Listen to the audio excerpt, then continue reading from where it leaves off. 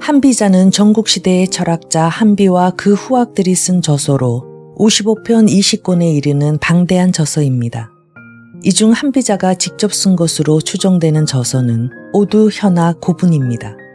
한비는 전국시대 말기 한나라 왕족 출신으로 법치주의를 주장했으며 법가를 집대성한 철학자입니다. 젊어서 진해 이사와 함께 순자 밑에서 동문수학했다고 하는데요. 언변이 뛰어난 이사와 대조적으로 한비자는 말더듬이었지만 저술에는 능하여 그의 문장은 치밀하고 간략하며 명쾌합니다. 마키아벨리가 연상되는 한비자는 진시황이 매우 존경했던 인물로도 유명한데 사마천의 사기에 의하면 그의 저서가 여기저기 떠돌다가 고분과 오두를 본 진시황이 크게 감명을 받아 내 이 사람을 만나서 서로 이야기를 할 수 있다면 죽어도 한이 없겠구려 라고 감탄을 아끼지 않았다고 합니다. 진나라의 재상이 된 이사는 한비를 얻고 싶다면 한나라를 공격하십시오. 그러면 한비가 사신으로 올 것이고 그때 회유하면 됩니다. 라고 진시황에게 간했는데 결국 이사의 모함으로 한비는 싸늘한 옥중에서 자신의 포부를 시도해보지도 못한 채 슬픔과 분개를 안고서 사라졌습니다. 오늘날에도 변함없이 읽혀지는 수많은 고전의 저자들이 당대에는 뜻을 펼치지 못하고 이토록 씁쓸하게 죽어간 사실은 삶의 안타까움과 씁쓸함을 안겨주네요.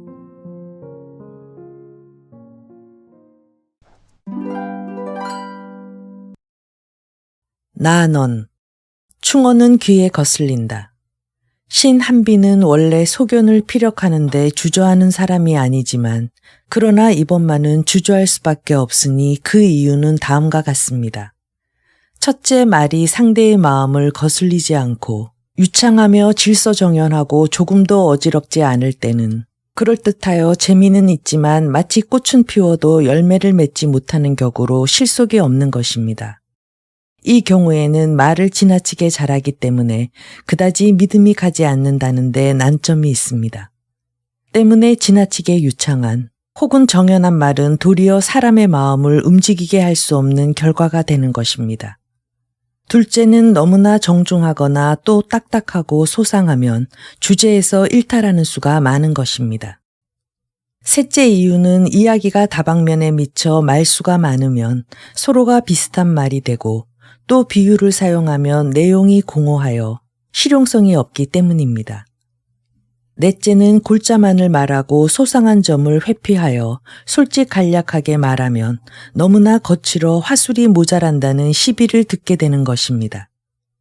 다섯째는 박력 있게 사람을 설득하게 되면 건방지다는 비난을 받게 되는 것입니다. 여섯째 이유는 광대무변, 미묘하고 원대하게 말하면 거추장스럽다는 조롱을 받게 마련이기 때문입니다. 일곱째는 세밀하게 계산을 하며 사소한 점까지 논의하고 수를 맞추고 하여 마치 돈을 셈하듯 하면 야비하다는 것입니다. 여덟째, 상식적이고 남의 비위를 맞추면 군주에게 아첨을 한다는 것입니다. 아홉째, 이와는 반대로 탈속적이며 신기한 말을 하면 엉터리라는 것입니다. 열째는 유창하고 민첩하게 혓바닥을 놀리면 경박하다는 것입니다. 11번째, 수식을 하지 않고 실제 그대로를 말하면 야비하다고 합니다.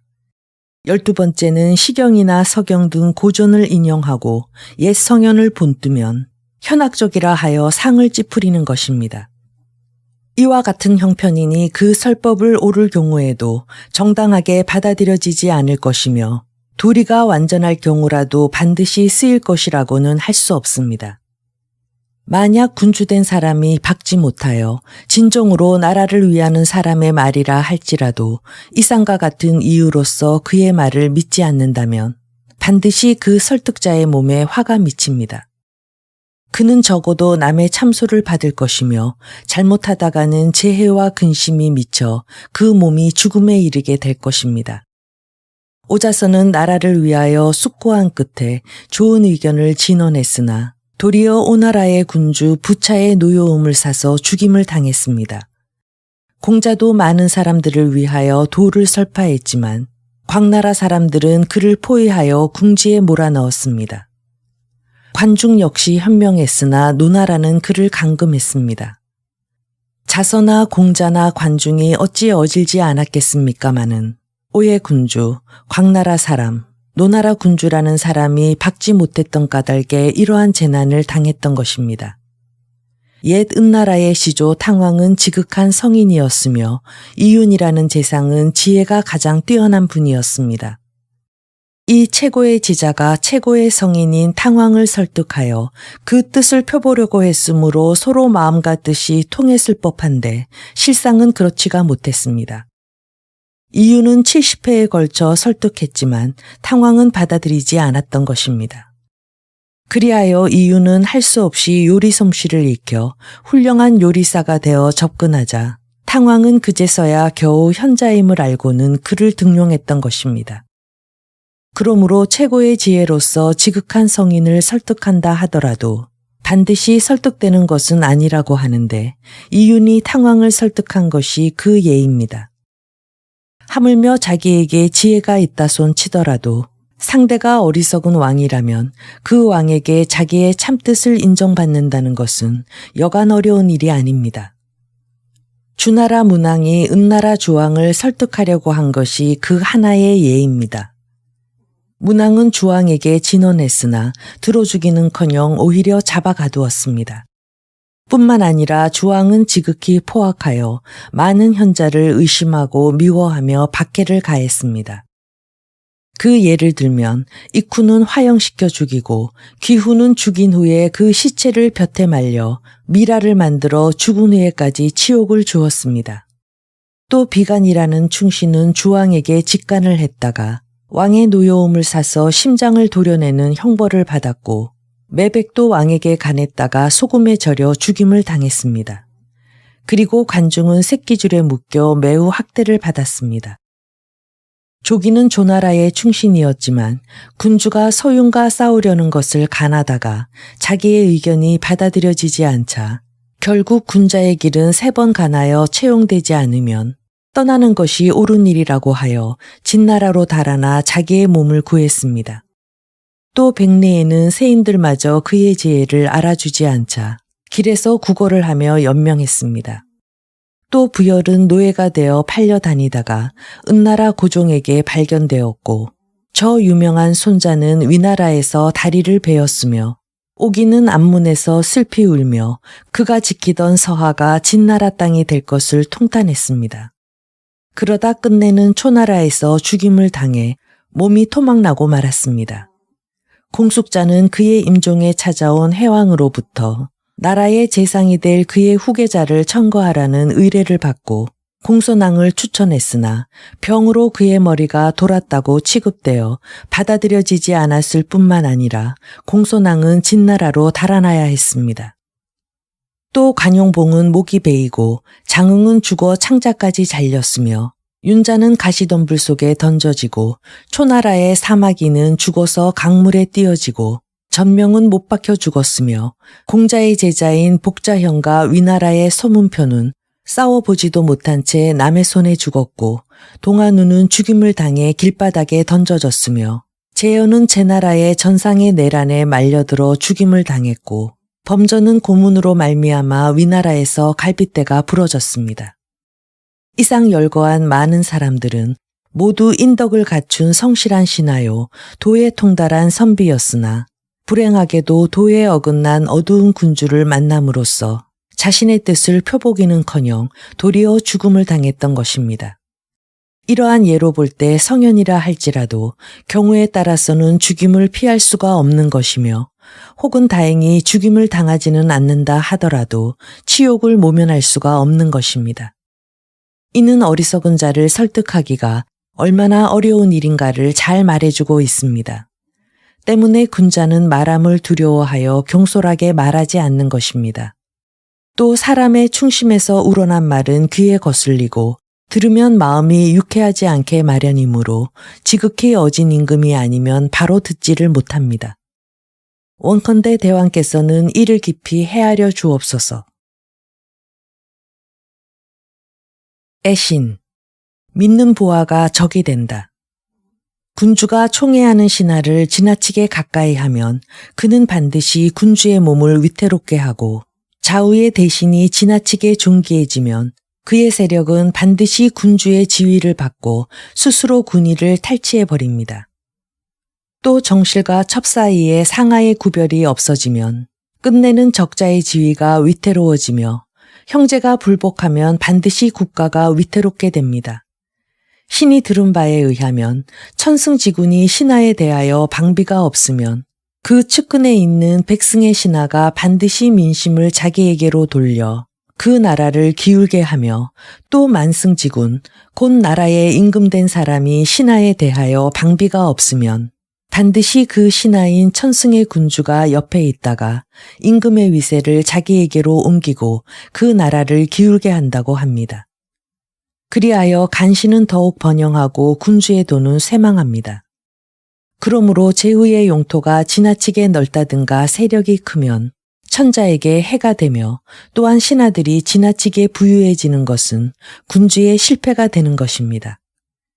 장군이나 재상이 군주의 일을 뒤로 돌리고 제 집만을 융성하게 함을 발견했을 때 군주는 그러한 자를 삭탈관직하여 그 세력을 빼앗아야 합니다.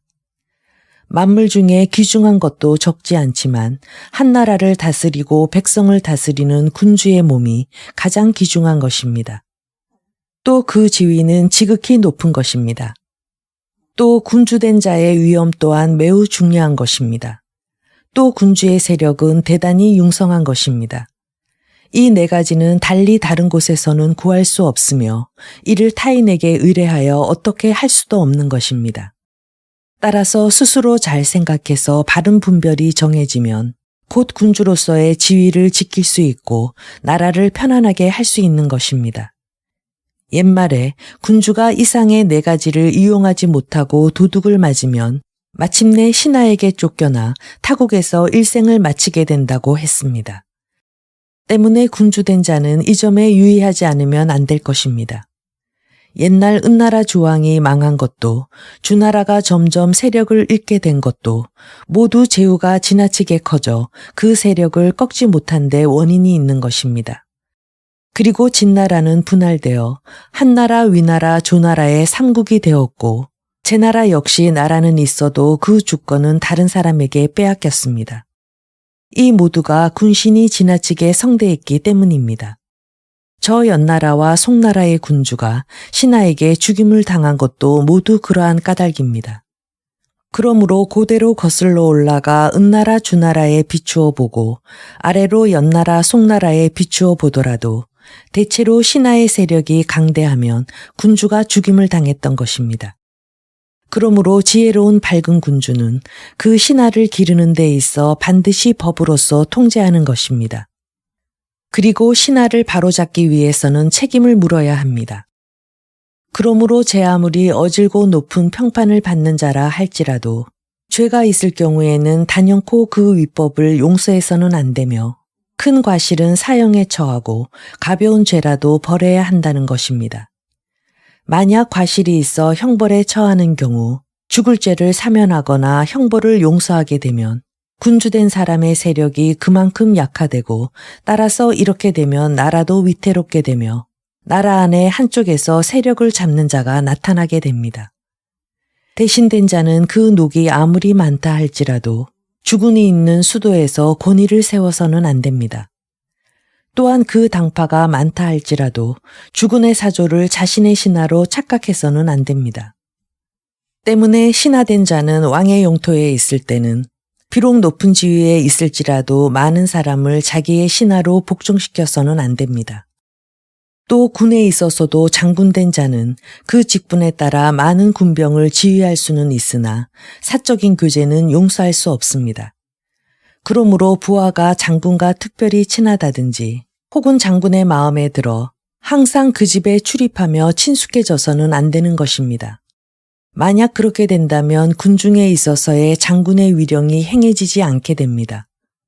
또 나라의 재물을 관장하는 자가 그 재물을 사사로이 유용하거나 그것으로 선심을 베풀도록 해서는 안 됩니다. 이상은 밝은 군주가 신하의 간사함을 금지하기 위한 수단입니다.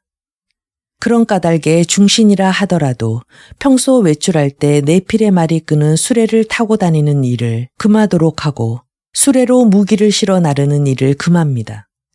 군주의 전령이 아님에도 불구하고 병사와 무기를 싣고 다니는 자는 반드시 사형에 처하는데 이것은 밝은 임금이 불의의 재난에 대비하기 위해서입니다. 주도, 부하 조정법. 도라고 하는 것은 만물의 시초인 것입니다. 만물은 도의 일원에서 생기는 것인데 이것은 노자가 한 말입니다. 그 자연의 도를 세우는 것이므로 군주된 자에게는 단순히 정치를 해나가는 것뿐만 아니라 많은 사람을 지도해야 할 막중한 책임이 있는 것입니다. 또 도라는 것을 잘 분간할 수 있으면 시비, 곧 모든 선과 악의 구별을 명백히 할 수 있는 것입니다. 따라서 밝은 군주는 도를 지켜야 합니다. 도를 지킴으로써 만물의 근원을 알고 기준을 다스려서 인간의 선악의 단서를 알 수 있습니다. 그리하여 군주는 마음을 비우고 고요한 채로 신하를 대하고 신하가 스스로 말하게 하며 그 책임을 지우고 일이 자연스럽게 실행되기를 기다립니다.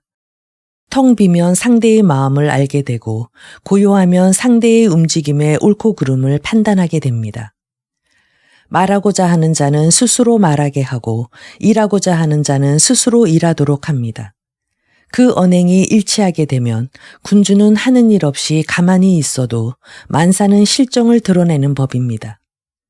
그러므로 말하기를 군주된 사람은 자기의 바라는 바를 나타내서는 안 된다는 것입니다. 즉 이렇게 하고 싶다든지 이런 것을 좋아한다든지 하는 마음을 신하에게 알려서는 안 되는 것입니다. 만약 군주가 그의 바라는 바를 나타내고 자기의 좋고 싫은 것을 밝히면 신하된 자는 마음에 있는 그대로 말하지 않고 군주의 마음에 영합하도록 꾸미게 됩니다. 또 군주된 자는 자기의 의사를 말해서는 안 됩니다. 처음에는 여러 의견을 귀담아 듣도록 합니다. 만약 군주가 자기의 의사를 말해버리면 신하된 자는 군주의 뜻에 반대하는 것은 자기에게 불리하다고 생각되어 그 뜻에 영합한 것만 보여주게 됩니다. 그러므로 군주는 좋다든가 싫다든가 하는 말을 하지 말고 다만 여러 사람의 의견을 구하고 좋은 점이 있으면 반드시 이를 채택한다는 마음가짐으로 나아가야 합니다. 그리하면 신하들은 군주에게 이견이 없다고 생각하여 비로소 참된 생각을 말하게 되는 것입니다. 그러므로 군주가 좋아하는 것도 버리고 싫어하는 것도 버린다면 신하는 비로소 그 소질의 전부를 보여주게 됩니다. 또 군주가 교묘함도 버리고 지혜도 버린다면 신하는 군주의 의향을 알 길이 없어 스스로 경계하게 됩니다. 그렇기 때문에 비록 군주에게 지혜가 있다 하더라도 홀로 계획을 세우지 않고 신하로 하여금 스스로 제 직분을 알게 하고 현명하다 하더라도 과시하지 않고 신하의 하는 바를 보며 용기가 있다 하더라도 그것을 나타내지 않고 군신들로 하여금 그 무용을 발휘하게 해야 합니다. 그러므로 군주가 지혜를 버리고 나면 신하의 실정에 관찰할 수 있는 밝음을 얻게 되고 현명함을 버리고 나면 신하들이 저마다 힘써 노력하게 되므로 공을 얻게 되고 용기를 버리고 나면 신하들이 저마다 용기를 발휘하게 되므로 국가가 강대해지는 것입니다. 군신은 모두 그 직책을 지키고 백가는 각기 정도에 의해 그 직분을 다하며 그 능력에 따라 일하게 될 것입니다. 이것은 정해진 간수부로서 길이 지켜나가야 할 도입니다. 그러므로 위에 있는 자는 아무 하는 일이 없는 듯이 있고 사람 위에 군림하는 높은 지위에 있다는 태도를 나타내지 않고도 아랫사람의 의견을 자유롭게 채용한다면 그 지위를 보존할 수 있을 것입니다. 밝은 군주는 위에서 하는 일이 없음에도 불구하고 여러 신하들은 아래에서 그 의향을 알 수가 없어 겁내고 두려워합니다. 밝은 군주의 도는 신하 가운데 지혜로운 자로 하여금 그 지혜를 모두 짜내도록 합니다. 그러고 나서 일을 결단하기 때문에 군주의 지혜에 궁함이 없습니다. 또 신하 가운데 현명한 자로 하여금 그 재능을 다 발휘하게 합니다. 그러고 나서 그것에 따라 임용하기 때문에 군주의 재능에 궁함이 없습니다. 공이 있으면 군주가 그 현명함을 차지하게 되고 허물이 있으면 신하가 그 죄를 책임지게 됩니다. 그러므로 군주의 명예는 언제까지나 손상되는 법이 없습니다. 따라서 현명하지 않으면서도 현자의 위에 서고 지혜롭지 않으면서도 현자의 위에 서게 됩니다. 신하된 자가 애써서 일하면 군주된 사람은 그 성공을 소유하고 백성은 이를 군주의 덕이며 군주의 힘이라고 우러러봅니다. 이것이 군주된 사람의 상도인 것입니다. 도는 눈에 띄지 않으므로 볼 수가 없고 그 작용은 미묘하여 알 수가 없습니다. 이 도를 터득한 군주는 마음을 비우고 일의 전진을 고요히 관망하는 가운데 아무 일도 하지 않으면서 마치 암실에서 밖을 바라보듯이 신하들의 결점을 찾아냅니다. 그러나 보고도 보지 않고 듣고도 듣지 않고 알아도 안다고 말하지 않으며 가슴속에 간직해 둔 채 신하의 말과 실제의 결과를 비교 검토하여 그것이 일치되는가를 살핍니다. 군주가 필요에 의해 특별히 총애하는 한 간원에게 국가의 기밀을 말했을 경우에는 그가 그것을 다른 사람에게 누설하지 못하도록 다짐해 두어야 합니다. 이렇게 하면 곧 국가의 모든 사정이 거울에 비춰지듯 명백하게 드러날 것입니다. 군주가 자기의 행적의 흔적을 덮어버리면 신하들은 그 군원을 찾아내지 못합니다. 군주가 그 지혜와 재능을 버리면 신하는 군주의 의중을 헤아리지 못합니다. 군주는 신하의 말의 실정을 파악하고 그대로 진행시킨다는 방침을 견지하면서 신하의 언행을 비교 참조하고 권력을 장악하여 결코 타인에게 빌려주지 않습니다. 그리하여 군주의 세력을 침범하려는 신하의 야망을 끊고 군주의 뜻을 헤아리려는 신하의 뜻을 깨트림으로써 신하로 하여금 권력을 바라지 못하도록 해야 합니다. 위에 있는 자가 방심하면 아래에 있는 자 가운데 비밀리에 그 세력을 기르며 군주를 밀어내려는 자가 나타나게 되지만 지금 말한 대로만 한다면 군주를 대신하여 국정을 천단하려는 자는 없어질 것입니다. 이 금기를 삼가 지키지 않는 것은 마치 문단속을 엄중히 하지 않는 것과 마찬가지여서 간신은 호랑이가 되어 그 허점을 노리고 침입하게 될 것입니다. 군주된 사람이 나날의 행위를 삼가지 않으면 도적, 곧 간신을 도우려는 무리가 발생하여 그 군주를 시해하고 그 지위를 빼앗게 됩니다. 그리하여 모든 사람이 간신을 편들고 그에 동조하게 될 것입니다. 간신을 호랑이라 함은 군주를 죽이고 대신 그 지위를 차지하며 사람들이 그를 두려워하여 복종하게 되기 때문입니다. 또 신하를 도둑이라 함은 군주 곁에 있으면서 간신을 위하여 군주의 과실을 살피기 때문입니다. 그러므로 간신의 무리를 해산시키고 간신을 편들지 않는 자를 수용한 뒤에 간신이 침범할 수 있는 문을 닫고 그들을 보좌하는 자가 나오지 않도록 한다면 국가의 호랑이와 같은 신하는 없어질 것입니다. 군주의 의중이 커서 아래에서 헤아릴 수가 없고 깊어서 측량할 수가 없도록 한 뒤에 수시로 신하의 말과 그 실적을 맞추어 보고 심의 법식을 소상히 하여 법을 어기고 제멋대로 행하는 자를 엄벌한다면 국가의 도둑이 없어질 것입니다. 그런 까닭에 군주에게는 나라를 다스리는 데 장애가 되는 5가지가 있습니다. 첫째는 신하가 군주의 이목을 가리어 듣지도 보지도 못하게 하는 것입니다. 둘째는 신하가 국가의 재정을 제어하는 것입니다. 셋째는 군주의 승인이 없이 신하가 마음대로 명령을 내리는 것입니다. 넷째는 신하가 사람들에게 사사로운 은혜를 베푸는 것입니다. 다섯째는 신하가 파당을 결성하는 것입니다. 신하가 군주의 눈과 귀를 가리면 군주는 나라 사정을 알 수 없게 되므로 있음에도 불구하고 없는 듯 되고 신하가 국가의 재정을 지배하면 군주는 백성에게 덕을 잃게 되며 신하가 함부로 명령을 내리면 아무도 군주를 두려워하지 않게 되므로 그 위엄을 잃고 신하가 도의를 행하여 멋대로 은혜를 베풀게 되면 군주는 명성을 잃고 신하가 파당을 결성하면 군주는 세력을 잃어 고립되고 말 것이니 군주는 이름뿐 실제로는 아무것도 할 수 없게 됩니다. 이상의 5가지는 군주된 자가 홀로 행해야 할 것이고 신하된 자가 종종 하도록 해서는 안 되는 것입니다. 군주의 도는 정퇴, 즉 자기의 재능과 힘을 표면에 나타내지 않고 좋아하고 미워하는 바를 말하지 않는 것을 보배로 합니다. 군주는 스스로 국가를 행하지 않고 신하로 하여금 그 일의 교묘함과 졸렬함을 살피게 하며 스스로 생각하거나 계획하지 않고 신하로 하여금 그 결과의 공과 허물을 간파하도록 해야 합니다. 그리하여 군주가 말하지 않아도 잘 호응하여 일이 실행되고 약속하지 않아도 일이 점점 진척되어 사업이 번창하는 것입니다. 신하가 건의한 바를 그대로 실행하되 말과 실적이 일치할 경우에는 이를 포상하고 실적과 말이 다를 경우에는 이를 처벌합니다. 이렇듯 밝은 군주의 도는 신하가 진언한 이상 반드시 말과 공이 일치되도록 합니다. 그렇기 때문에 밝은 군주가 상 주는 모습은 마치 마른 땅에 단비가 내리는 것과 같아서 아래에 있는 자는 모두가 그 은혜를 느낄 수 있습니다. 그러나 벌 주는 모습은 두렵기가 벼락과 같아서 어떠한 성인이 변명한다 하더라도 그 노여움을 풀 수가 없습니다. 그러므로 밝은 군주는 상을 함부로 주지 않으며 또 일단 벌 주기로 결정한 이상 죄를 용서하는 일이 없습니다.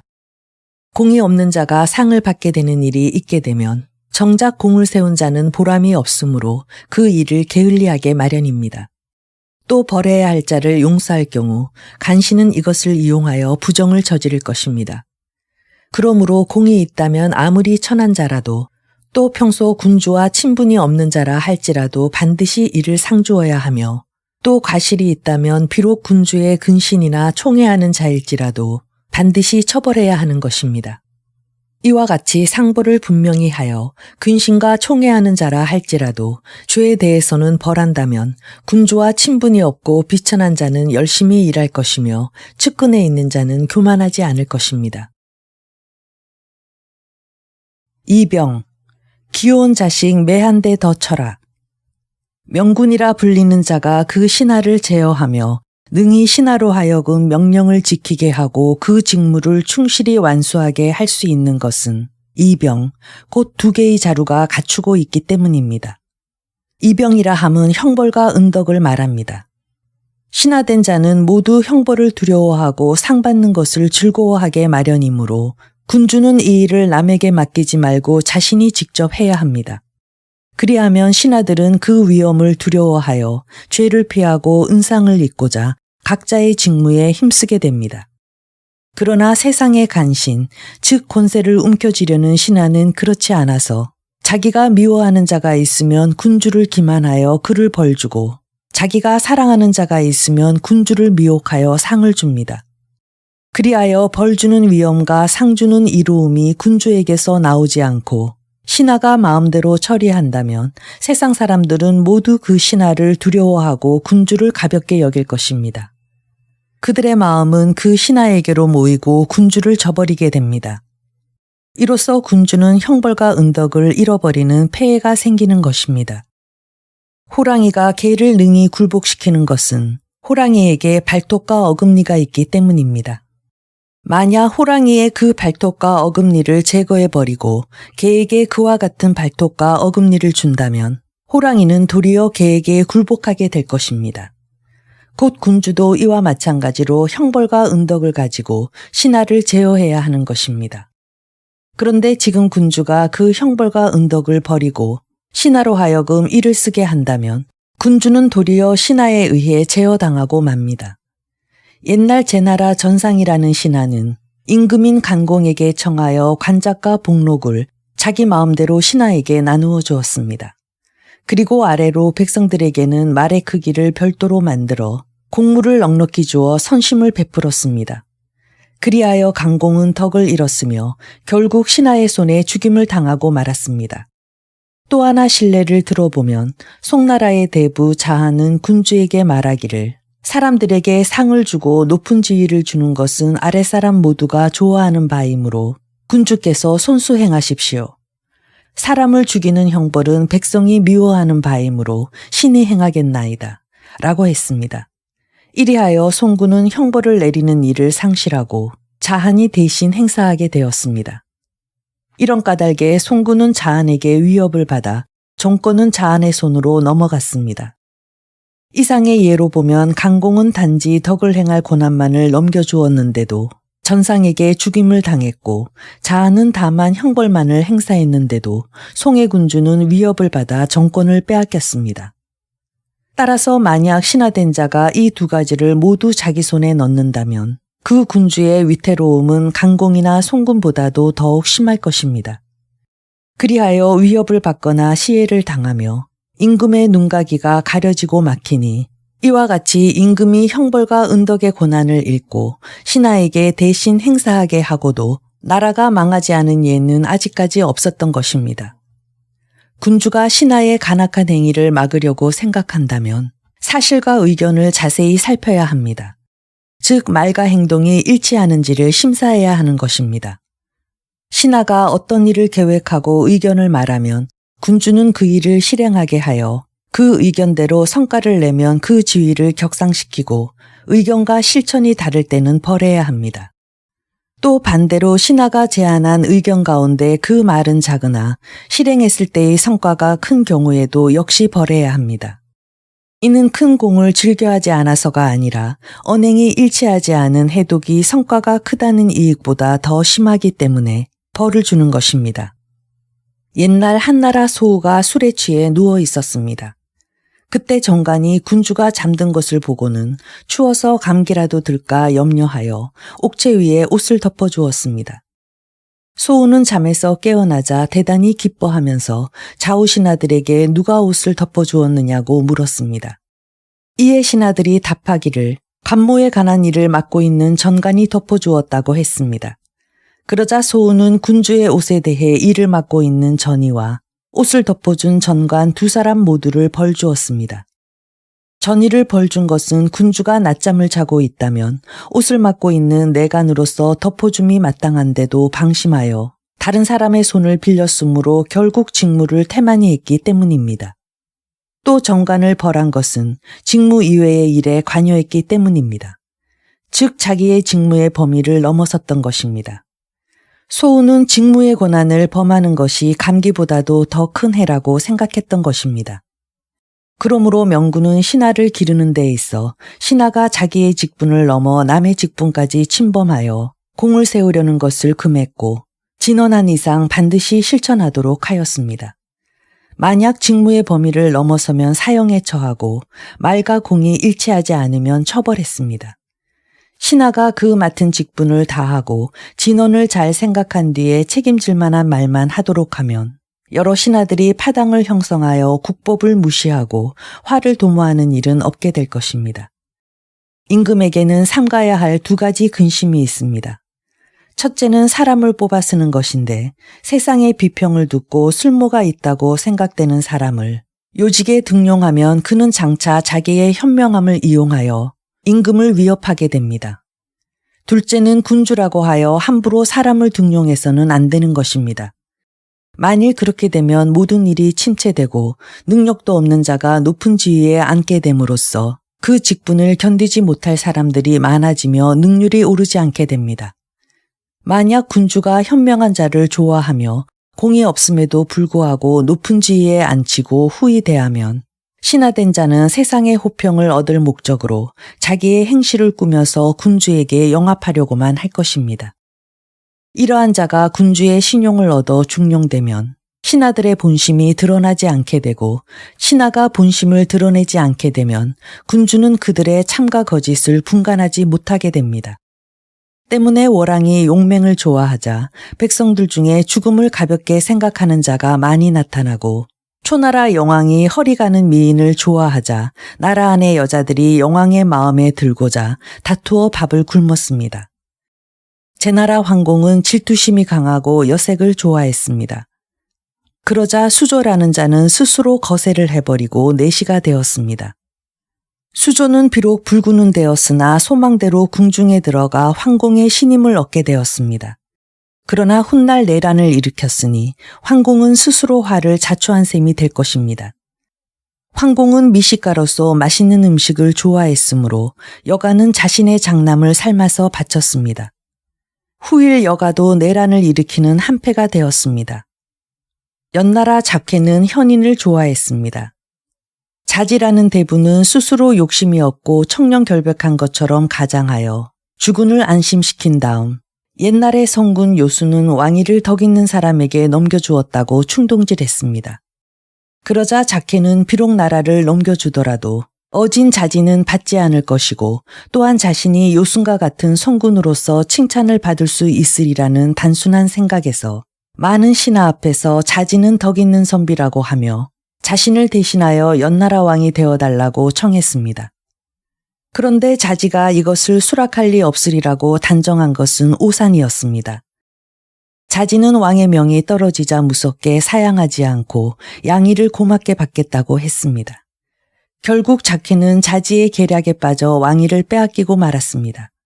이로써 볼 때 나라를 받지 않겠다는 그의 말을 믿었던 것이 그 과실이었던 것입니다.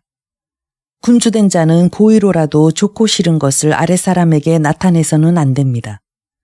군주가 자신이 바라는 바를 밝히면 신하들은 군주의 뜻에 영합하고자 갖가지 자세를 취하게 됩니다. 그러므로 자지는 청렴결백하다는 현인을 빙자하여 군주의 신임을 얻고 나라를 빼앗았으며 또한 수조와 여가는 군주인 황공의 욕심을 좇아 군주의 뜻에 영합하고 끝내 군주를 침범했던 것입니다. 그 결과 연나라 자케는 내란으로 죽었고 황공은 죽은 후에 장사 지내지 못하여 그 시체에서 구더기가 기어나왔습니다. 그 이유는 무엇입니까? 군주가 자기의 본심을 신하에게 내보임으로써 신하들이 군주를 파고들 수 있는 틈을 열어주었기 때문입니다. 대체로 신하된 자는 반드시 그 군주를 사랑하는 것만은 아닙니다. 대부분은 출세하여 신분이 높아지고 생활이 안락해지는 등의 군주에게서 받게 될 이익 때문에 섬기는 것입니다. 이제 군주가 그 본심을 감추지 않고 그 단서를 덮어두지 않아 신하로 하여금 군주를 침범할 수 있는 빌미를 준다면 여러 신하가 자지나 전상과 같이 된다는 것은 어렵지 않은 일입니다. 군주된 사람이 저것이 좋다든가 이것이 싫다든가 하는 태도를 나타내지 않고 조용히 살핀다면 신하의 본심을 명백히 간파할 수가 있습니다. 그리하면 임금은 신하에게 속는 일이 없습니다. 8간 망국의 징조. 신하된 자가 간악을 이루는 데는 8가지 방법이 있습니다. 첫째로 군주와 침실을 같이 하는 자들을 이용하는 방법입니다. 침실을 같이 하는 자라 함은 귀부인, 애첩, 사랑하는 미소년 등을 말합니다. 이들은 군주를 매혹하여 지극한 사랑을 받고 있는 자들입니다.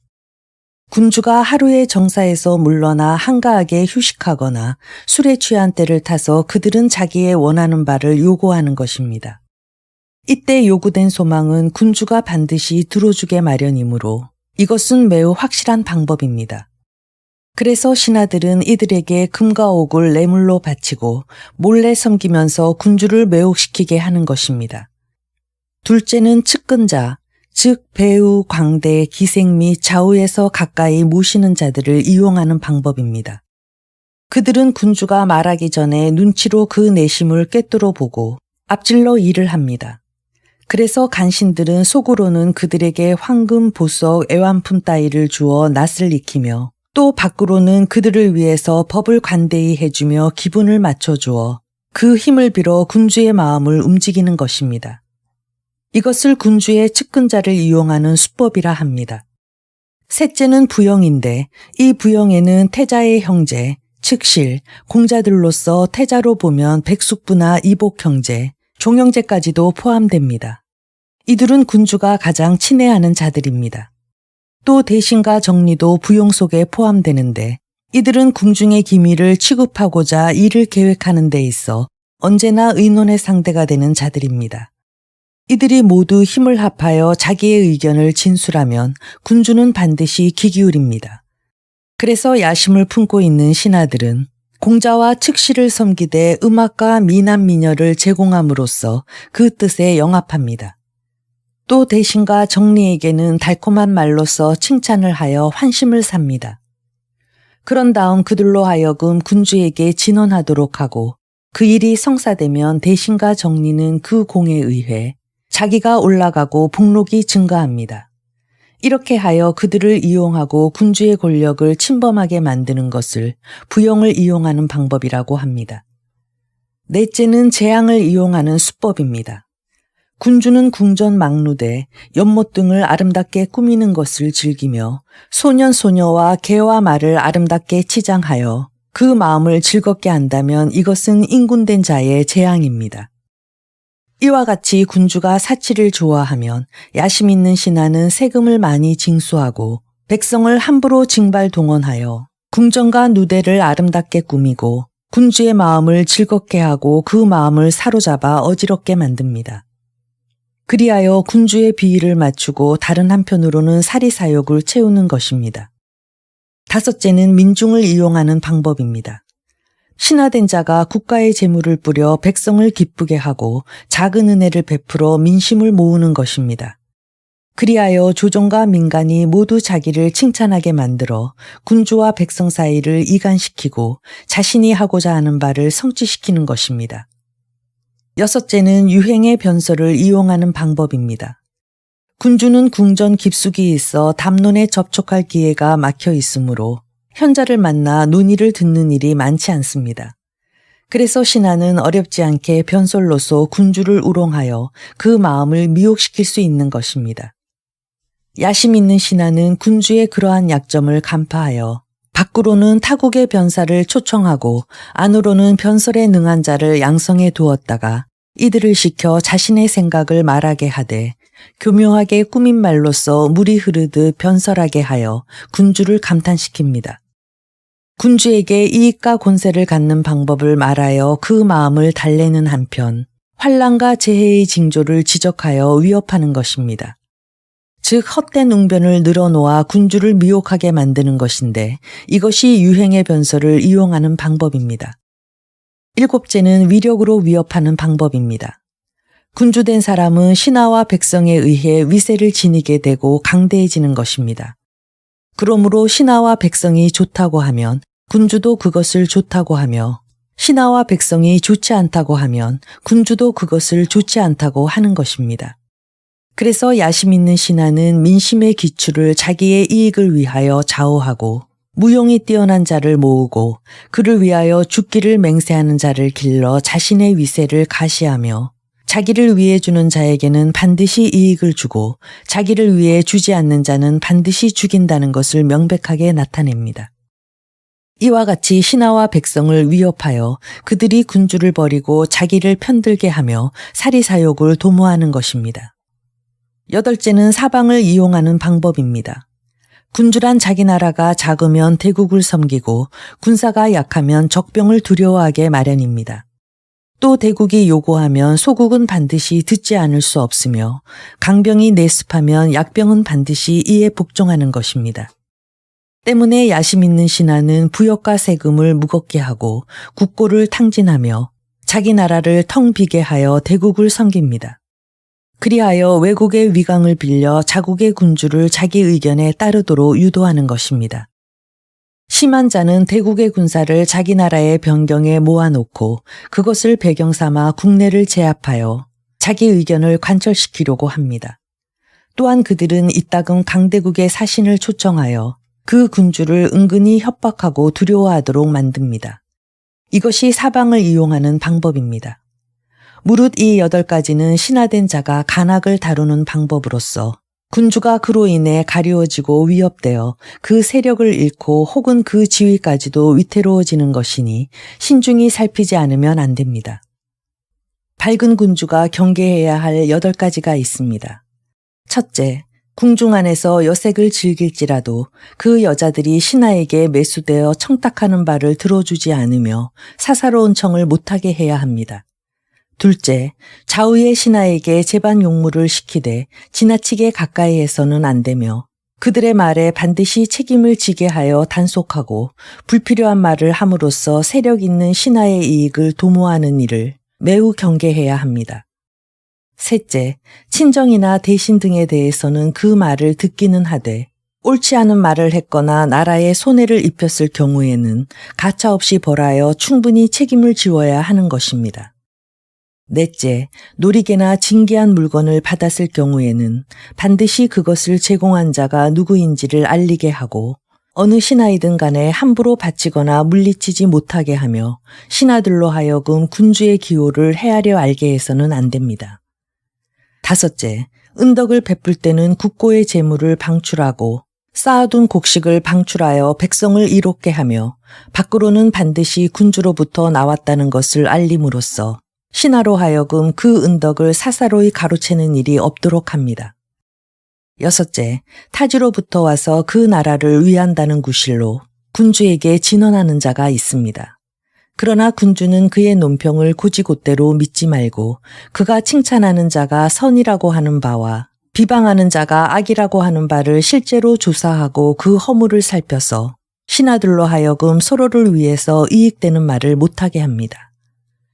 일곱째, 무용이 뛰어난 자에 대해서는 전쟁에서의 공로가 있을지라도 실제의 공을 초월한 상을 주어서는 안 됩니다. 또 고을 사람들의 사사로운 싸움에서 아무리 무용을 발휘한다 하더라도 그 죄를 용서하지 않으며 신하들이 사죄를 털어 용사에게 나눠주지 못하게 합니다. 여덟째, 제후의 요구에 대해서는 법에 맞는 것이면 받아들이고 불법이면 거절해야 합니다. 소국이라도 부당한 요구를 무조건 받아들임으로써 자국의 체면을 손상시키고 다른 나라로부터 업신여김을 당하는 일이 있어서는 안 되는 것입니다. 만국의 군주라 하여 그 나라를 갖고 있지 않다는 뜻은 아닙니다. 비록 나라를 갖고 있다 하더라도 그것은 명목뿐이고 실상 군주 자신의 소유는 아니라는 것입니다. 신하로 하여금 외국의 세력을 빌려 자국을 제어하게 한다면 이러한 군주는 멸망하게 됩니다. 대체로 대국의 말을 듣는 것은 자기 나라의 멸망을 구제하기 위해서입니다. 그런데 대국과 결탁한 것이 도리어 나라를 더욱 위태롭게 하는 경우가 있으니 한 번 청을 들어주면 또다시 다른 것을 요구하므로 결국 대국의 말을 들으면 듣지 않았을 경우보다 더 빨리 멸망을 초래하게 됩니다. 그러므로 듣지 말아야 합니다.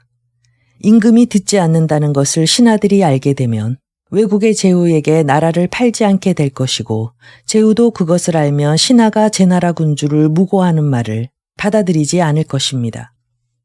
밝은 군주가 관직과 상록을 설치하는 것은 현자를 등용하고 공로가 있는 자를 격려하기 위해서입니다.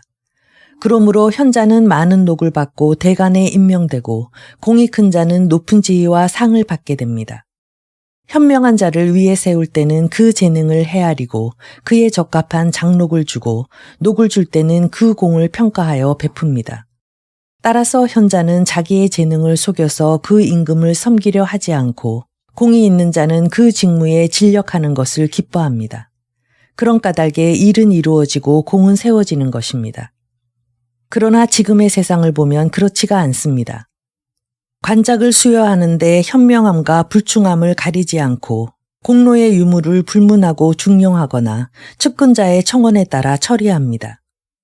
공족과 대신은 위로는 장록을 원하고 아래로는 그것을 팔아 사복을 채우며 도당을 만듭니다.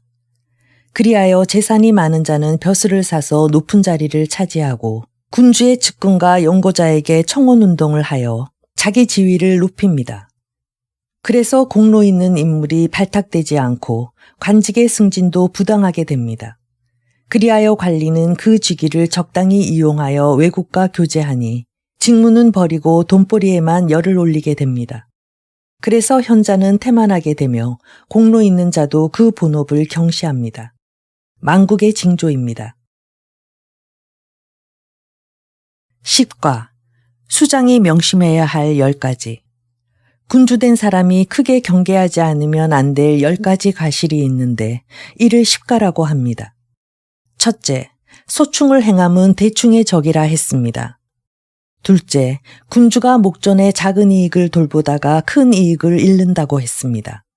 셋째, 군주된 사람의 일신의 결점이 있는데도 반성할 줄 모르고 제후에 대하여 예를 행하지 않는 것은 몸을 망치는 원인이 됩니다. 넷째, 군주로서 자기가 해야 할 정치에 힘쓰지 않고 현악 같은 것만 좋아하고 방만한 생활을 하면 자기의 나아갈 길이 막혀 군주의 신분을 잃는 군주가 되고 맙니다. 다섯째, 군주된 사람이 욕심이 많고 이익만을 생각한다면 나라를 망치고 목숨을 잃는 군본이 됩니다. 여섯째, 군주가 여학에 빠져서 국정을 돌보지 않으면 나라가 망하는 화근이 된다고 했습니다. 일곱째, 군주된 사람이 국내를 떠나 멀리 여행하거나 수렵 등을 하며 신하의 간언을 듣지 않으면 군주의 지위는 위태로워집니다. 여덟째, 과실을 범하면서도 충신의 말을 듣지 않고 홀로 자기 멋대로 행한다면 높은 명성을 잃고 많은 사람의 웃음거리가 됩니다. 아홉째, 국내에 있어서 자국의 힘을 믿지 않고 다른 나라의 힘에 의지하는 것은 나라를 침범당하는 재앙의 원인이 되는 것이라 했습니다. 10번째, 나라가 작으면서도 강국에 대하여 예를 행하지 않는다든지 충신의 말을 듣지 않으면 사직을 망하게 합니다. 소충이란 무엇인가? 옛날 초나라 공왕이 진나라 여공과 정나라 언능에서 싸웠을 때 공왕은 눈에 부상을 입었습니다. 그 싸움이 한창일 때 초나라의 사마인 자반이 목이 말라 물을 청하자 그 심부름꾼인 곡양은 술을 잔에다 부어 권했습니다. 이에 자반은 술을 마실 수 없다며 물리쳤는데 곡양은 술이 아니라고 하며 계속 권했습니다. 원래 자반은 술을 매우 좋아했으므로 더 이상 물리칠 수가 없어 권하는 대로 술을 전부 마시고는 취해버렸습니다. 이윽고 싸움은 끝이 났으나 공왕은 계속 싸우기를 원했으므로 사람을 시켜 자반을 불렀습니다. 그런데 자반은 술에 취해 있었으므로 가슴이 아프다는 핑계로 더 이상 싸울 수 없다고 거절했습니다. 공왕은 걱정이 되어 친히 군사를 거느리고 자반의 막사로 갔다가 술에 취해 잠들어 있는 자반을 보고 돌아와서 이렇게 말했습니다. 오늘 싸움에서 과인은 부상을 입었으므로 믿는 것이라고는 사마뿐이었다. 그런데 사마는 이렇듯 취해 있다. 그는 초나라 사직을 잊고 우리 군사를 걱정하는 마음이 없다. 이래가지고는 과인은 더 이상 싸울 수가 없다. 그리고는 자반을 베어 군중의 본보기로 삼았던 것입니다. 사실 곡양이 자반에게 술을 권한 것은 그를 해치기 위해서는 아니었습니다. 그 본심은 자반에 대한 충성을 나타낸 것이지만 도리어 자반을 죽이는 결과가 되었던 것입니다. 그러므로 소충을 행함은 대충의 적이라고 일컫는 것입니다. 소리를 돌본다는 것은 무엇인가? 옛날 진나라 홍공이 우나라로부터 길을 빌려 괭나라를 치려고 할 때 그 신하인 순식이 말하기를 군주께서는 수국 땅에서 난 벽옥과 굴 땅에서 난 네필의 말을 우공에게 보내 길을 빌릴 것을 구한다면 우리는 반드시 뜻을 이룰 수 있습니다. 라고 했습니다. 이에 홍공은 수국의 옥은 우리 조상의 보배이며 굴산의 명마는 과인의 준마이다. 만약 우공이 나의 선물을 받고도 길을 빌려주지 않는다면 그때는 어떤 조치를 취할 것인가? 라고 물었습니다. 순식은 대답하기를 우왕이 우리에게 길을 빌려줄 생각이 없다면 그 선물을 받지 않을 것입니다. 만약 선물을 받고 우리에게 길을 빌려준다면 우리는 장차 우를 멸망시켜 그것을 되찾을 수 있습니다. 따라서 보배를 준다 하더라도 이것은 국내의 창고에서 옮겨 국외의 창고에 잠시 맡겨두는 셈이 되고 말은 국내의 마국간에서 국외의 마국간에 옮겨놓은 셈이 되는 것입니다. 결국 우리에게 돌아오게 되니 왕께서는 마음 쓰지 마시옵소서 라고 했습니다. 헌공은 이 말을 받아들여 순식을 사자로 삼아 수국의 벽옥과 굴에서 산출된 네필의 말을 우공에게 보내고 길을 빌려달라고 청했습니다. 우공은 자기의 이익만을 생각하여 그 벽옥과 말을 받고 길을 빌려주려고 했습니다. 그러자 그 신하 궁지기는 이렇게 간했습니다. 진나라의 요구를 들어주어서는 안 됩니다. 우와 객 두 나라는 서로 떨어질 수 없는 사이로서 우리나라 곁에 괭나라가 있는 것은 수레에 보가 있는 것과 같습니다. 보는 수레에 의해서 수레 또한 보에 의하여 그 용도를 다하게 되는 것입니다. 우와 객의 형세가 바로 이러하니 만약 진나라에 길을 빌려준다면 괭나라는 멸망할 것이요 우리나라도 장차 멸망하게 됩니다. 원컨대 그들의 요구를 물리쳐 주옵소서. 그러나 우공은 이 말을 듣지 않고 끝내 진에게 길을 빌려주었습니다. 그리하여 순식은 우를 거쳐 객을 치고 다시 3년 후에 군사를 일으켜 우를 정복했습니다. 그리고 순식은 우나라에 뇌물로 보낸 말도 되찾고 벽옥도 손에 넣어 홍공에게 바쳤습니다. 홍공은 벽옥은 이와 같이 옛 그대로이고 말은 다른 사람의 손에 키워져 이렇게 장대해졌구나 라고 기뻐했습니다. 우공의 군대가 패하고 땅이 깎인 것은 작은 이익에 사로잡혀 그 해를 헤아리지 못한 까닭입니다. 그러므로 작은 이익을 돌보다가는 큰 이익을 잃는다고 했던 것입니다. 군주된 사람의 일신의 결점이 있는데도 반성할 줄 모른다는 것은 무엇인가? 옛 초나라 영양이 신땅에서 제후와 화합했을 때 송나라 태자가 늦게 도착한 것을 트집잡아 감금했습니다. 그리고 작은 나라인 서해 군주를 업신여기고 제나라의 대부 경봉을 구금하여 돌려보내지 않았습니다. 이에 오고가 간하여 말하기를 제후의 회합에는 예가 있어야 합니다. 국가의 존망이 예에 달려있는 것입니다. 옛날 거랑이 유용에서 회합을 가진 일이 있었는데 무례하게 처신한 탓으로 유민국가 등지게 되었습니다. 또 은나라 조왕은 여구의 수렵터에 많은 사람들을 모이게 하여 회합을 했습니다. 그러나 그가 무례했기 때문에 융적이라는 서방 국가와 반목하는 사이가 되었던 것입니다. 원컨대 군주께서는 이 점을 깊이 성찰하시옵소서 라고 했습니다. 그러나 영양은 이 말을 듣지 않고 자기 뜻대로 했습니다. 그 후 1년도 채 못 되어 신하들은 영양이 남방으로 떠난 틈을 타서 왕을 위협하고 도중에 억류해 버렸습니다. 때문에 영양은 나라로 돌아갈 수 없게 되어 건개의 강변에서 굶어 죽었습니다. 그러므로 그 성품이 모든 일을 자기의 고집대로 행하고 제후를 대함에 있어 예를 잃는 것은 몸을 망치는 원인이 되는 것입니다. 음악을 즐긴다고 함은 무엇인가? 옛 위나라 영공이 진나라로 가는 도중 복숫가에 이르러 묵게 되었습니다. 그날 밤 어디선가 악기에 맞추어 아름다운 노랫소리가 들려오자 영공은 크게 기뻐하며 사방을 찾아보도록 명령했으나 아무것도 없었습니다. 그래서 그는 악사인 연을 불러 말했습니다. 지금 색다른 음악 소리가 들려왔기에 사람을 보내 찾아보았으나 아무도 없었다. 게다가 그 음악 소리를 들은 사람이 아무도 없다고 하니 이렇듯 나의 귀에만 들린 그 소리는 신선의 음악이라고 생각되는구나. 그대는 나를 위하여 그 곡을 들어보고 악보로 옮겨달라. 그리고는 영공이 고문고를 퉁겨 그 음악을 들려주자 연은 악보를 만들었습니다. 다음날 연이 왕에게 말했습니다. 신이 그것을 만들기는 했습니다만 아직 완성하지는 못했습니다. 원컨대 하룻밤만 더 기다려 주십시오. 연은 왕의 허락을 받고 악보를 완성하자 그 다음날 진나라를 향해 떠났습니다. 진나라 평공은 영공을 위하여 주연을 베풀었습니다. 술이 몇 순배 돌자 영왕이 자리에서 일어나 마침 이곳으로 오는 길에 신기한 음악을 들었는데 한번 연주해보게 함이 어떠하십니까? 라고 물었습니다.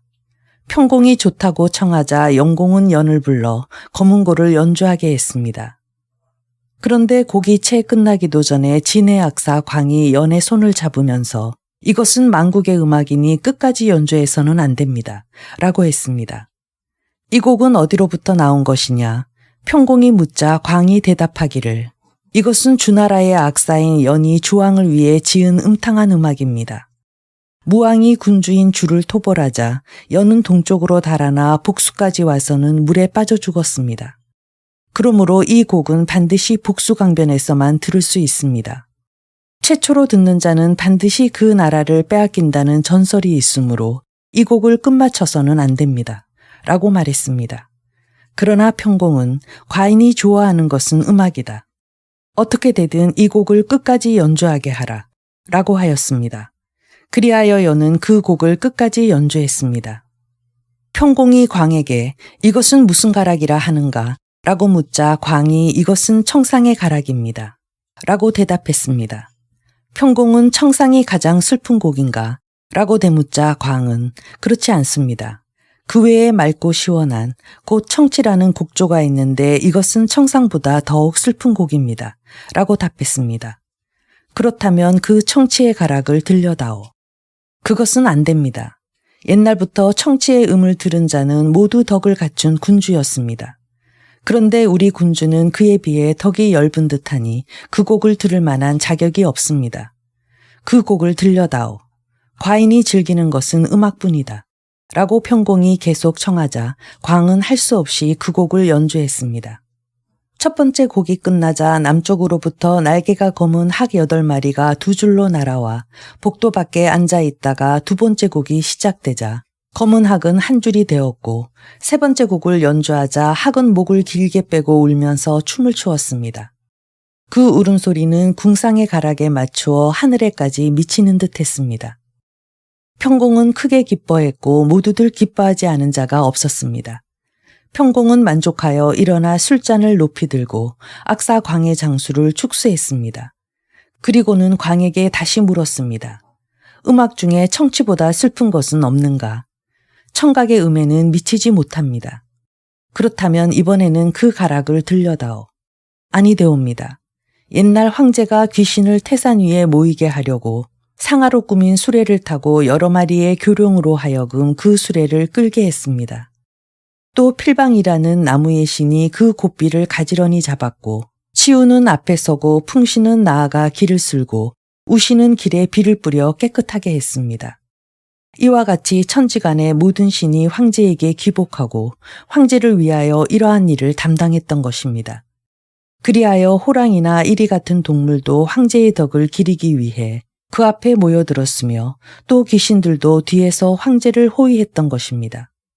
또 하늘을 나는 용, 곧 등산은 땅에 엎드려 황제에게 경의를 표하고 봉황은 공중에서 춤을 추었습니다.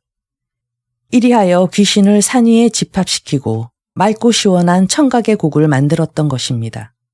지금 우리 군주께서는 덕이 높지 못하시므로 그 곡을 들을 만한 자격이 없습니다. 만약 이것을 굳이 듣는다고 하면 어김없이 흉한 일이 생길 것입니다. 그러나 평공은 과인은 이제 늙었다네. 나의 유일한 낙이라면 음악을 듣는 것뿐이니 제발 그것을 들려줘 하고 고집을 꺾지 않았습니다. 악사광은 하는 수 없이 검은고를 연주했습니다. 곡이 시작되자 사방에서 검은 구름이 모여들더니 거센 바람이 불고 큰 비가 쏟아졌습니다. 휘장이 갈기갈기 찢어지고 식기가 깨졌으며 기왓장이 부서졌습니다.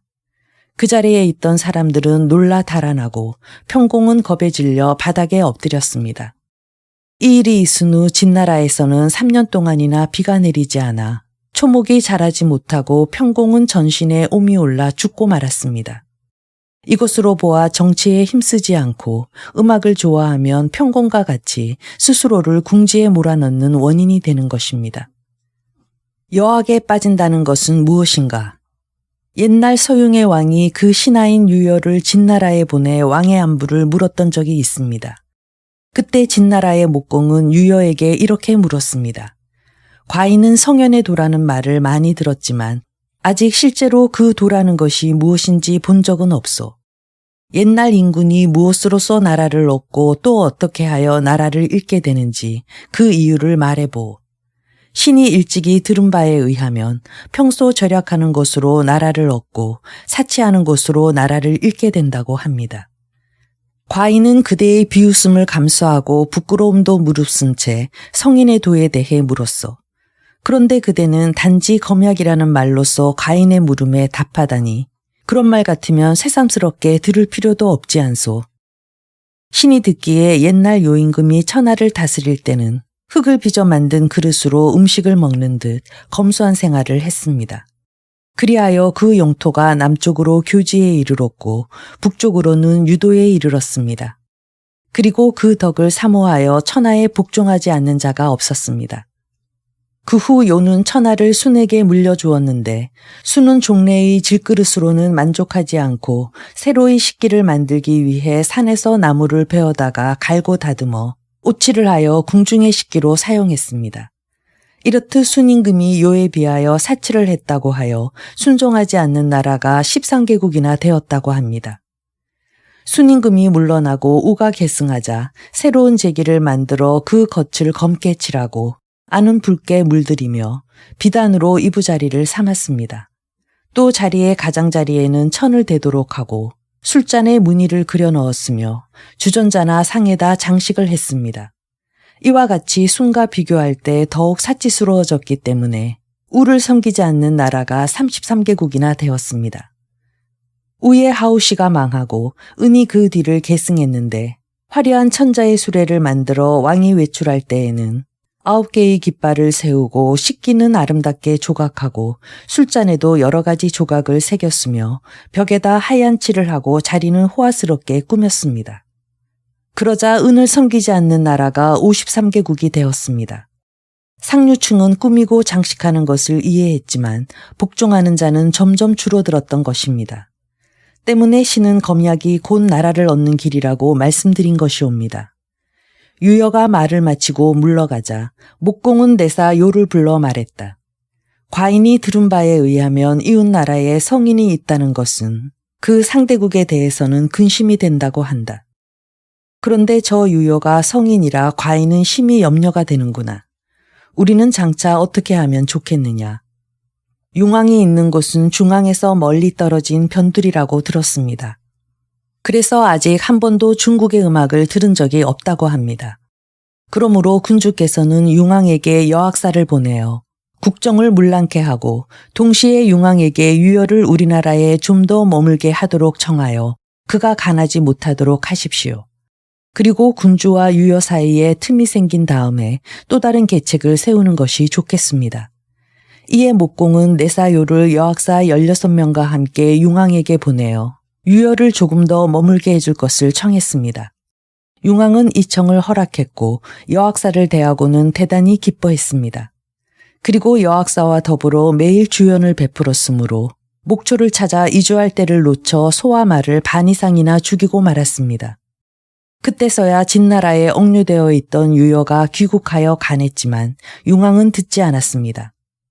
그리하여 결국 유여가 융을 떠나 다시 진나라로 가자 목공은 그를 예로서 맞이하여 상경의 벼슬을 주고 융국의 병력과 지세를 물었습니다.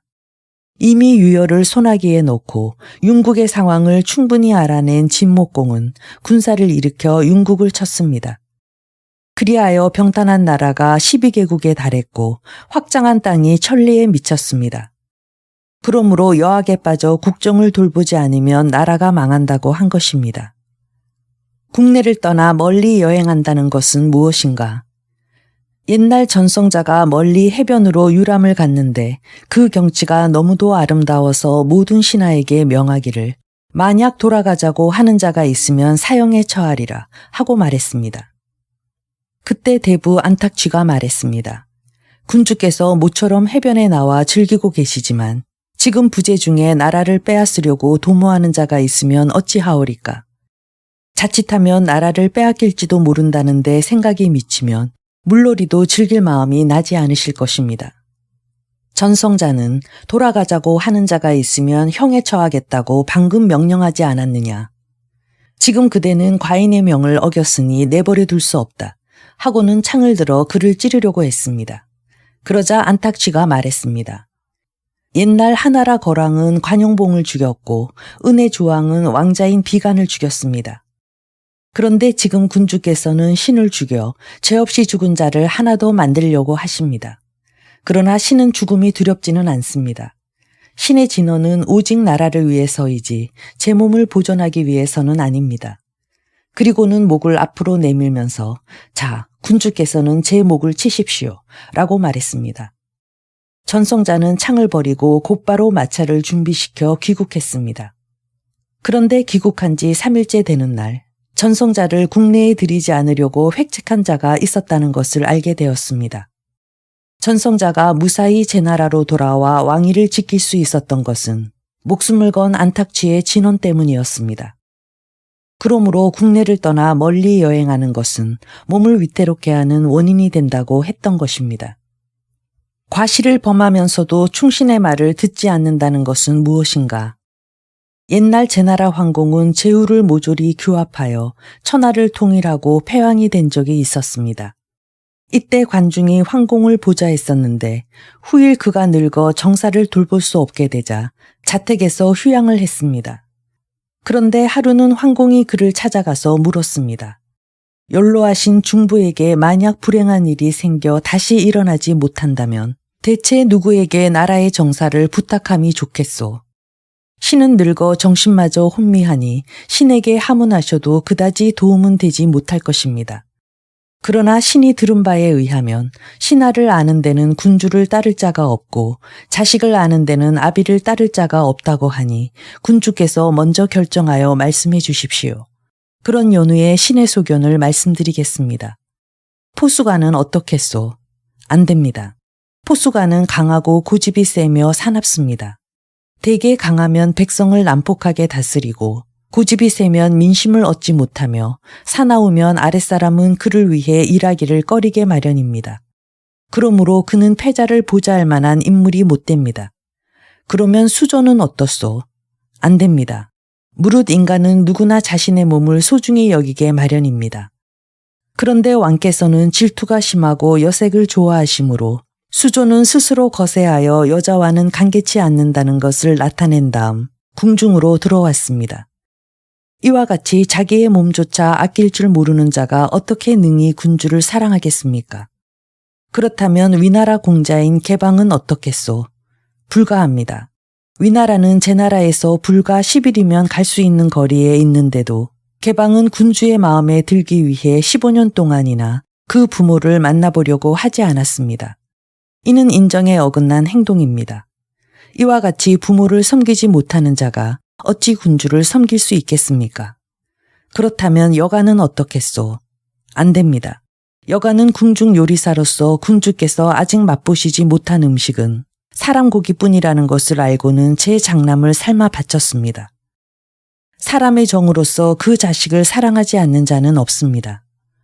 그런데도 자기 자식을 삶아 군주께 바쳤으니 이렇듯 자기 자식도 사랑하지 못하는 자가 어찌 능히 군주를 사랑할 수 있겠습니까? 그러면 누가 적당하겠소? 습붕이 좋습니다. 그는 마음이 견실하고 청렴결백하며 또 욕심이 없고 신의가 있습니다. 마음이 견실하면 세상의 사표가 될 수 있으며 능히 큰 일을 맡길 수 있고 욕심이 없으니 무리 없이 민중을 다스릴 수 있고 신의가 깊음으로 이웃나라와 친교를 맺을 수 있습니다. 그야말로 패자된 사람의 보좌로서 가장 적당한 인물이 습붕이니 군주께서는 습붕을 쓰도록 하십시오. 군신 간에 이런 문답이 오간 지 얼마 후에 관중은 죽었습니다. 그런데 황공은 습붕을 쓰지 않고 수조에게 정사를 맡겼습니다. 수조가 종무를 맡은 지 2년이 지났을 때 황공은 제나라 노나라의 남쪽 경계인 당부로 여행을 떠났는데 수조는 그 틈을 타서 여가 및 개방과 그 밖의 대신 등을 이끌고 반란을 일으켰습니다. 황공은 급히 귀국했으나 먹을 것이 없어 남문의 초소에서 굶어 죽었습니다. 그런데 군사가 방을 지키고 있어 황공이 죽은 지 3개월이 지나도록 유해를 거두지 못했으므로 송장의 구더기가 방 밖으로 기어나오는 지경에 이르렀던 것입니다. 지난날 황공의 군사는 천하를 종행으로 치닫던 형세였으며 그 자신은 천하를 제패하여 패왕의 지위에까지 올랐지만 끝내는 신하의 손에 시역됨으로써 스스로 드높은 명성을 깎아버렸고 천하의 웃음거리가 되고 말았습니다. 그 이유는 관중의 말을 듣지 않았기 때문이었습니다. 그러므로 과실을 범하면서도 충신의 말을 듣지 않고 고집을 세우는 것은 결과적으로 웃음거리가 된다고 했던 것입니다. 나라가 작은데도 예의를 지키지 않는다는 것은 무엇인가? 옛날 진나라 공자 증이가 망명 도중 조나라에 들렀을 때 조구는 증이의 웃옷을 벗기고 몸을 검사했습니다. 이때 대부인 희부기와 숙첨이 왕 곁에 있었는데 숙첨이 말했습니다. 신이 진나라 공자인 증이를 보건대 예사 사람이 아니라 매우 빼어난 인물입니다. 그런데 군주께서는 그를 대함에 있어 예에서 벗어난 행동을 하셨습니다. 만약 그가 귀국하여 정권을 잡고 군사를 일으킨다면 우리 조는 해를 입지 않을 수 없습니다. 그러니 군주께서는 이번 기회에 그를 죽여 화근을 제거하도록 하십시오. 그러나 조나라 군주는 이 말을 듣지 않았습니다. 그날 희부기가 귀가하자 아내는 그의 기분이 좋아 보이지 않는 것을 보고 물었습니다. 당신 얼굴을 보니 매우 불쾌한 기색인데 밖에서 무슨 일이 있으셨어요? 희부기는 대답했습니다. 듣건대 군주의 복은 내 몸에 미치지 못하지만 군주의 화는 내 몸에 미친다고 하였소. 오늘 군주께서 진나라 공자를 불러 무례를 범하였다오. 그때 나도 그 자리에 있었는데 이 일로 훗날 화를 입게 되지나 않을까 염려가 되는구려. 제가 그 공자의 관상을 보니 만승대국의 군주가 될 상이요 좌우신하들은 모두 훌륭한 인물이었습니다. 비록 지금은 여러 나라를 떠돌아다니는 처지에 있지만 후위를 생각해서 후위 대접해야 할 텐데 욕을 보였다니 반드시 보복을 할 것입니다. 그때는 제일 먼저 조나라 군주의 머리를 벨 것입니다. 그러니 어떻게든 공자에게 연락을 해서 당신은 군주와 한마음이 아니라는 것을 분명히 밝혀두도록 하세요. 희북이는 아내의 말에 찬성하고 항아리 속에 벼곡을 가득 넣고 그 위에 음식을 덮어 밤중에 공자에게 보냈습니다. 공자는 음식은 감사히 받았으나 옥은 사양하여 돌려보냈습니다. 그 뒤 공자는 조나라에서 초나라로, 초나라에서 진나라로 갔습니다. 공자가 진나라에 간 지 3년쯤 되는 어느 날, 목공은 신하들을 소집한 회의석상에서 이렇게 말했습니다. 옛날 진의 헌공과 과인이 매우 가까운 사이였다는 것을 경들은 모두 알고 있을 것이요. 그러나 불행하게도 헌공이 일찍 세상을 뜨자 내란이 일어나 여러 공자는 그 주위를 보존하지 못하고 타국을 떠돌아다닌 지 10년이 되었소. 게다가 헌공의 뒤를 이어 왕위에 오른 장자는 인품이 어질지 못하오. 그러니 이대로 내버려 둔다면 틀림없이 진나라 종묘는 돌보는 이 없이 퇴폐할 것이며 또 나라도 존립할 수가 없게 될 것이요. 사정이 이와 같으니 과인이 개입하여 그 후계자를 정해주지 않는다면 그것은 지난날 절친했던 헌공에 대한 나의 도리가 아니라고 생각돼요. 그래서 과인은 증인을 도와 진나라의 군주로 세우고자 하는데 경들의 의견은 어떻소? 이 말에 신하들은 모두 옳은 처사라고 찬성했습니다. 목공은 전차 500대와 기병 2,000명, 보병 5만 명을 증이에게 주어 진나라를 치게 했습니다. 증이는 즉위한 지 3년째 되는 해 군사를 일으켜 조나라를 쳤습니다. 그리고 사람을 조나라 군주에게 보내어 숙점을 묶어 과인에게 보내라. 과인은 숙점을 죽여 토막을 내고 효수할 것이다. 라고 통고하게 했습니다. 그리고 다시 희북이에게 사람을 보내 이렇게 말했습니다. 우리 군사는 조나라를 정벌했소. 그러나 나는 그대가 예의를 지켰던 일을 기억하고 있소. 그러니 그대는 마을 앞에 표시를 해두어. 과인은 즉시 명을 내려 나의 군사로 하여금 그대가 사는 곳을 감히 범접치 못하도록 하겠소. 조나라 사람들은 이 사실을 전해 듣고 그 친척들까지 모두 거느리고 희북이의 마을로 가서 명을 보존할 수 있었는데 그때 모인 사람들이 700여 가구에 이르렀다고 합니다. 조나라는 작은 나라인데다 진나라와 초나라 사이에 위치해 있어 그 위태로움이 마치 누란지세였는데도 불구하고 무례를 범했기 때문에 끝내는 나라가 멸망했던 것입니다. 따라서 나라가 작은 데다 예의를 지키지 않고 중신의 말을 듣지 않으면 결국 멸망한다고 했던 것입니다.